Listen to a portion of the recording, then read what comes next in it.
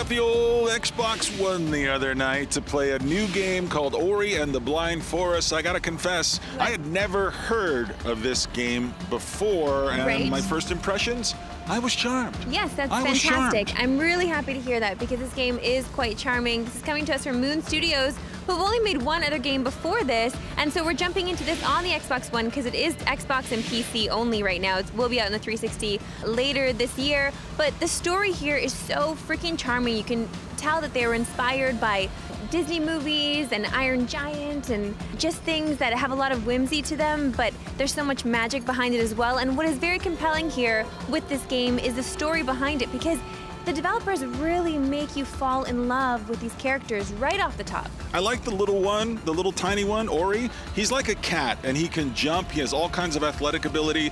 He can't really jump far at the beginning of the game, but as you progress through the game, you're gathering this spiritual essence, and you can use that to upgrade your character, or you can use that spiritual essence to create a save point at any point in the game. This is very much a Castlevania, Metroidvania experience where you're making your way through a carefully laid out map to gather the necessary power-ups to unlock other parts of the map.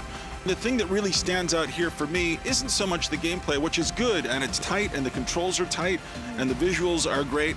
It's how, you're right, it's how charming the whole package together is. I mean, I'm looking at these fern-laden forests, and I'm looking at the places I get to go, and I feel like I can smell, you know, the loaminess of the soil underneath the ground. I can feel the humidity of the jungle environment, and that tells me that there's something really vital and alive here. It's true, and a lot of that has to do with the soundtrack as well. The music in this game is unbelievable. It's beautiful.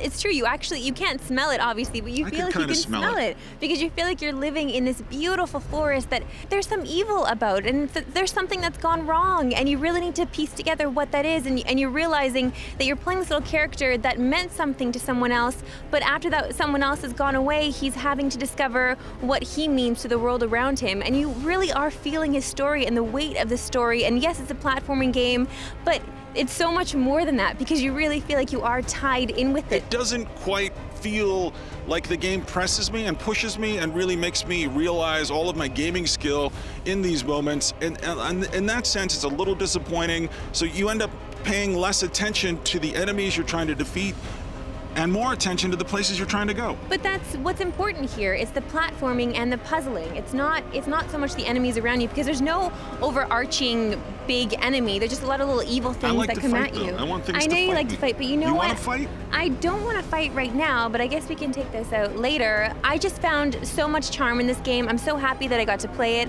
And honestly, while I was playing, I absolute tears. I enjoyed the heck out of it. Please, please download this game. If you have an Xbox One or a PC, get it. It's so worth your time. I'm so happy that it's out. What are you scoring it? 10 out of 10. You're giving it a 10? Yeah, why not? You're giving it a 10 as well.